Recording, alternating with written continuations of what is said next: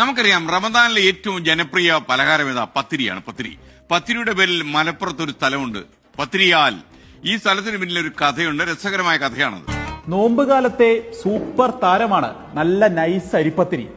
ഈ പത്തിരി പെരുമ ഒരു നാടിന്റെ പേരായി തന്നെ മാറി മലപ്പുറത്ത്. ഇതൊരു ആൽമരം. അപ്പോൾ പത്തിരിയും ആലും ചേർന്നാൽ പത്തിരിയാലായി. തിരുവാലി പഞ്ചായത്തിലെ പത്തിരിയാൽ. പണ്ടേക്കു പണ്ട് പത്തിരിയാലിന്റെ വഴിയരികിൽ നിറയെ ആലുകളുണ്ടായിരുന്നു. മഞ്ചേരിയിൽ നിന്ന് എടക്കരയിലെ ചന്തയിലേക്ക് കാലികളെ കച്ചവടക്കാർ കൊണ്ടുപോയിരുന്നത് പ്രധാനമായും ഈ വഴിയാണ്. 100 കണക്കിന് കാലികളെ നടത്തിയാണ് കൊണ്ടുപോവുക. പാതയോരത്തെ ഈ തണൽ മരങ്ങളായിരുന്നു ഇടത്താവളം. വലിയ ആൽമരത്തിന് ചുവട്ടിലിരുന്ന് പ്രദേശവാസിയായ സ്ത്രീ വീട്ടിൽ നിന്നുണ്ടാക്കിക്കൊണ്ടുവന്നിരുന്ന പത്തിരി വിറ്റിരുന്നു. അങ്ങനെ പത്തിരി വിൽക്കുന്ന സ്ഥലം പത്തിരിയാലായി. എൻ്റെ സ്വദേശിൻ്റെ ബാഗിൽ കാണുന്ന അതാണ് പത്തിരി വിറ്റെന്ന് പറയുന്ന ആളുള്ളത്. പിന്നെ തൊട്ടൊരാൾ നേരെ മുന്നിലുണ്ട്.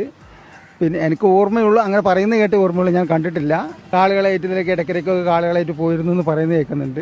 ഈ റംസാൻ കാലത്ത് പത്തിരിയെ ഓർക്കുമ്പോൾ തണൽ വിരിച്ച് ആളുകളെ വരവേറ്റിരുന്ന പത്തിരിയാലും മനസ്സിലേക്ക് വരും.